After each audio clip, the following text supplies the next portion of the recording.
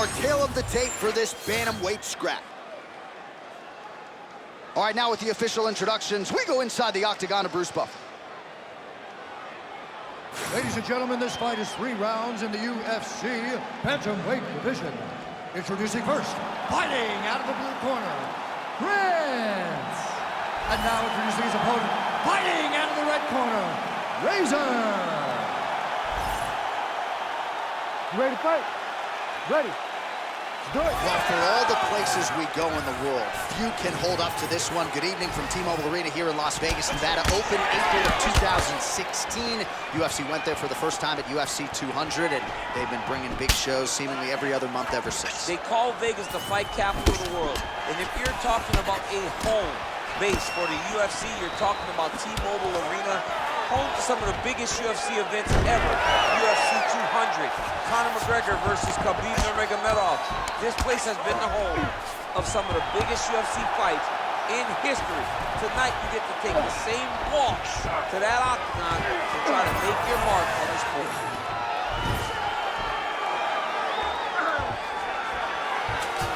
He's trying to control posture here. Now trying to hip escape. He's just trying to move out of this position off the bottom.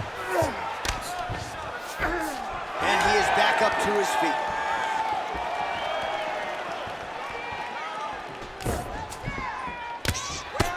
Ground and pound strike there now.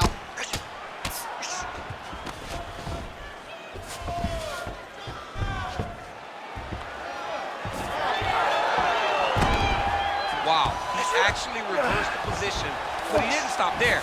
He took a strong top position himself. All right, half guard position here. We'll see what he can do with it. A lot of weapons at his disposal from this dominant position. Oh, man, I feel for a wrestler, this is the most dominant position in all of fighting because wrestlers love control. Right. And to have your upper body free and your leg able to hold your opponent in position, it is like striking gold. Build your posture, throw your punches, big damage, but then always control the far side. Underhook, this is a great position for a top fighter. Continuing to stay busy here on the ground. All right, dominant position here. He's got the full mount. A lot of different ways he can go here. Maybe try to find an arm bar or just get the ground and pound. He can attack submission, but those submissions will present themselves once he is landing that brutal ground and pound he is known for. Because then his opponent will start to get a little bit desperate to get out from under him, which will then in turn leave arms dangling, or he'll turn to his knees and get choked out. He passes to half guard. Oh, trying to pass here, but Dikembe Mutombo style, he gets denied. Block! Great job blocking that pass by the bottom fighter. That was nice. He's got that arm triangle. Watch him pass to the opposite side. It looks real tight. He'll drop his weight to try to finish his technique. Oh, gives up on the submission now, so preferring to maybe get to a dominant position instead. Straight connection right up the gut, DC. He's in a world of trouble now. They say the straight moves are the ones that get there first, and it got right to the target. You're being controlled on the ground here. If he gets the takedown, I need you to put your feet on his hips immediately and push off. Don't rest until you're back up on your feet. All right, we now take a look back at some of the highlights from that last round, DC. A lot for the replay guys to choose from. I mean, these guys are going to be very busy trying to find what replay to show you guys. Lands on both sides of the octagon. Both guys fought great. What a phenomenal round.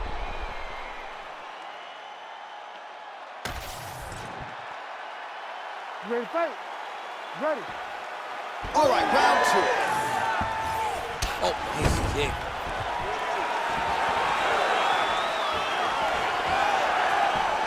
What a beautiful leg kick that landed there. That was a nice transition.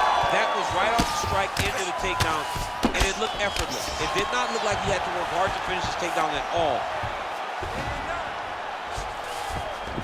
All right, well, both fighters pretty comfortable on the ground. Look at him attack that arm triangle on the opposite side. When it's time to finish, he will lock his hands, pass his body all the way to the opposite side. Oh, he got out. How good is that? This guy is so aware. He never leaves anything long to allow for himself to get subbed.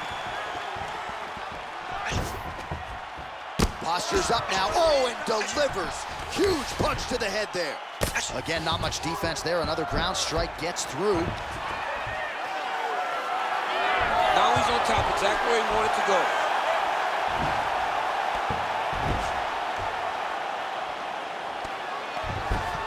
All right, great position for him here. He's got the full mount. See if he can get that ground and pound going. Oh, he's got to get it going, but he can't rush. A lot of times, guys get in the full mount and they rush, they get nervous. They're like, oh my goodness, I'm winning. Reality is, you're winning, but it can change in a matter of seconds because then they can be gone. He's got to drop his hips, be really heavy at the opponent's base, and then just start to work. Make the opponent give his back so they can try to get his chokes off or find great ground and pound, but very patient ground and pound from such a dominant position. Great submission defense on display tonight. Great ground and pound by this man.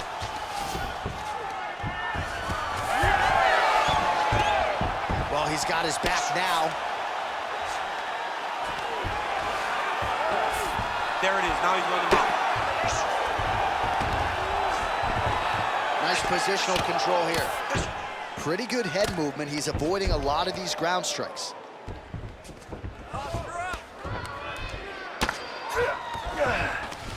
Great submission defense.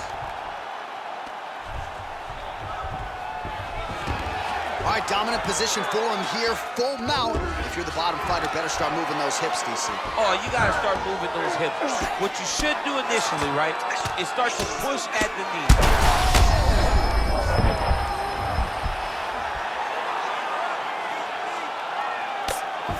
Making all these shots count. All right, so he can't get it here. Again, good awareness by the defensive fighter. So the crowd absolutely loving it as these fighters work their way back to the feet. The fighters are back to their feet now, and they can take in the applause because they deserve it after that grappling exchange. All right, round three coming up next. Great work. Last round coming up. Your jiu-jitsu is off the hook. We need to keep that going. Stay aggressive. That's your world down there. That should be all over. All right, so there's the horn. That means it's the end of the round, and a lot of good offensive wrestling work from him over those previous 5 minutes. I mean, great offensive wrestling. Every time he changed levels and got to his opponent's legs, he was able to secure the takedown. Let's see what type of fatigue his opponent will carry into the next round. All right, so a wild round and a wild sequence there on the ground, DC. Talk us through the highlight. Yeah, man, you see two high-level grapplers going after it. One guy gets an advantage, the other guy always has a response. We thought it was over. A lesser opponent would have been submitted, but these two are two of the best grapplers in the entire UFC. Nice kick. You don't really stand after you take a head kick like this. That is such toughness to even be on his feet right now. Well, he rocked him, but couldn't finish. He rocked him. Hurt him bad. He gets caught in one shot to close the door. Could not shut the lights off, and now he's tasked with trying to find that shot again. Beautiful shot lands. I like that. Yeah, he's got to. He's got to start checking kicks. There's his jab. And both fighters exchange in the pocket. Big double leg level change. Just over 3 minutes now to go in the fight. Oh, I'm no expert, but that Von Flue choke looks locked in. Oh, he's out. Good work, guys. Come on. Champ, look at that redness underneath his elbow. A lot of those strikes to the body starting to pile up. Getting beat up and being smart enough to not be headhunting the entire time. I like this. I like this approach.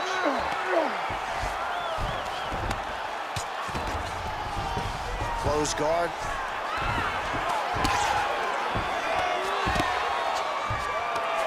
Nice shots landing from the top position. Oh, how about that reversal by him there? Man, he's killing it on the ground. Another strike gets through. Getting them out here. And now he's got the back.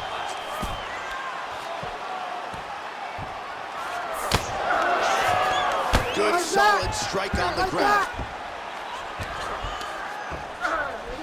These ground strikes are starting to add up. This is some exhausting work, man. I mean, it is so tiring to be fighting in this way. So much wrestling, so much grappling, expending all this energy trying to hold the guy down. I mean, no takedown is not fought. No reversal is not fought. Everything they're doing is fought to the very last minute before it gets given up. Oh, he's setting up for a submission now. Oh my goodness, he might have it. Oh, he is out. How good is that? That is phenomenal submission defense by this young man.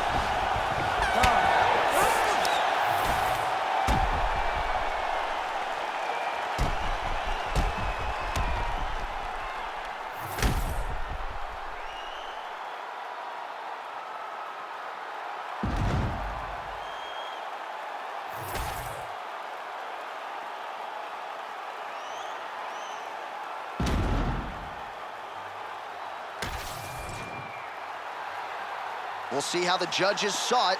Here is Bruce Buffer. Ladies and gentlemen, after 3 rounds, we go to the judges' scorecards for a decision. All 3 judges score this contest 30-27 for the winner by unanimous decision, Razor. All right, nice job by him there, as he is your winner via unanimous decision. And sometimes I would think it's easier said than done to just leave the judges out of it. Dominant performance, and he gets his hand raised. Yeah, and if you gotta go to the judges, leave no question, right? Be the person that is so dominant that you know you're getting your hand raised. He did exactly that tonight, and he gets a dominant decision.